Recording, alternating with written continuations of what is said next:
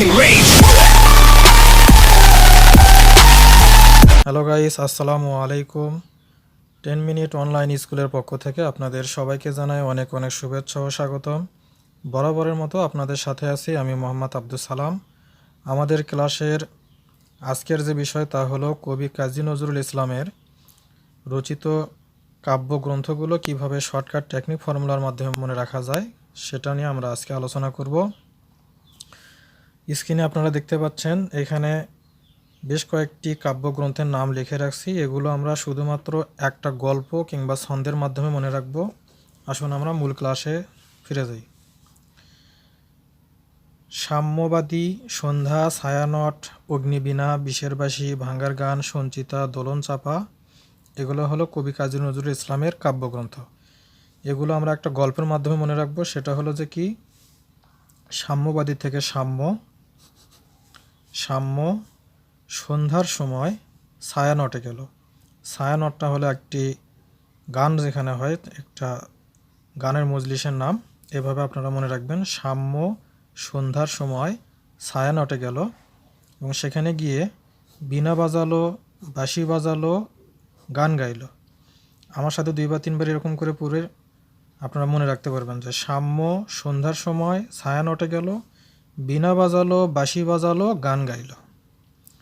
ঠিক ওই সময়ে সঞ্চিতা এবং দোলন চাপা নামে 2টা মেয়ে ওই জায়গায় উপস্থিত হইল।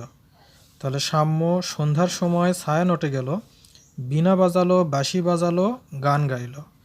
সঞ্চিতা এবং দোলন চাপা নামে 2টা মেয়ে ওই জায়গায় যখন উপস্থিত হলো, তারা 2জন মিলে ওই কবি কাজী নজরুলকে বা সাম্যকে একজন ঝিঙ্গে ফুল আর একজন জবা ফুল, এই 2টা ফুল কবি নজরুলকে বা সাম্যকে দিল। তাহলে প্রথম থেকে আমরা আরেকবার পড়ি। সাম্য সন্ধ্যার সময় ছায়ানটে গেল, বীণা বাজালো, বাঁশি বাজালো, গান গাইল।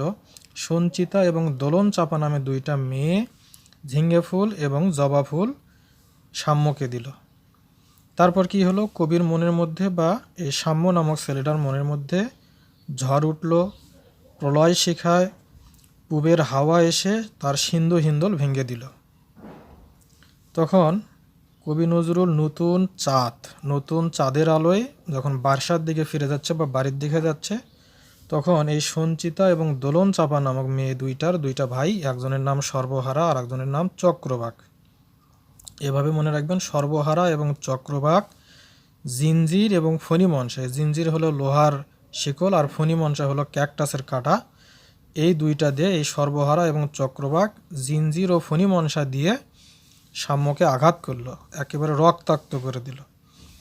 রক্তাক্ত করে তখন কি করলো, সাম্যকে এই মরু ভাস্করের মধ্যে ফেলে দিয়ে গেল। সেখান থেকে চিত্তনামা নামক একজন লোক সাম্যকে উদ্ধার করলো। তাহলে প্রথম থেকে আমরা এইভাবে মনে রাখবো যে সাম্য সন্ধ্যার সময় ছায়ানটে গেল, বীণা বাজালো, বাঁশি বাজালো, গান গাইল। সঞ্চিতা এবং দোলন চাপা নামক 2টা মেয়ে এসে ঝিঙ্গে ফুল এবং জবা ফুল সাম্যকে দিল। সাম্যর মনের মধ্যে ঝড় উঠল, প্রলয় শেখা বয়ে গেয়া পূবের হাওয়া এসে তার সিন্ধু হিন্দোল ভেঙে দিল।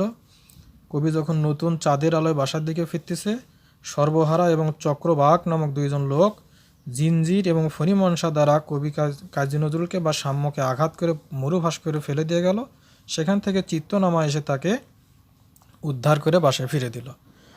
এই একটি গল্পের মাধ্যমে কিংবা একটা রূপকথার মাধ্যমে যদি আমরা গল্পটা মনে রাখি, তাহলে এই কথাগুলোর মধ্যে কাজী নজরুলের সম্পূর্ণ কাব্যগ্রন্থগুলোই শর্টকাট টেকনিকের মাধ্যমে পাওয়া সম্ভব, যেগুলো বিগত BCS পরীক্ষা থেকে শুরু করে শিক্ষক নিবন্ধন, এমনকি প্রাইমারি পরীক্ষায়, এমনকি একাডেমিক সকল পরীক্ষায় SSC HSC সহ সকল পরীক্ষায় কমন আসতে দেখা গেছে ইনশাল্লাহ। আমাদের এই ভিডিওটি ভালো লাগলে লাইক, কমেন্ট এবং সাবস্ক্রাইব করে পাশে থাকবেন এবং আমাদের ভিডিওটি কেমন লাগলো কমেন্ট করে জানাবেন ইনশাল্লাহ। আসসালামু আলাইকুম ওয়া রাহমাতুল্লাহি ওয়া বারাকাতুহু।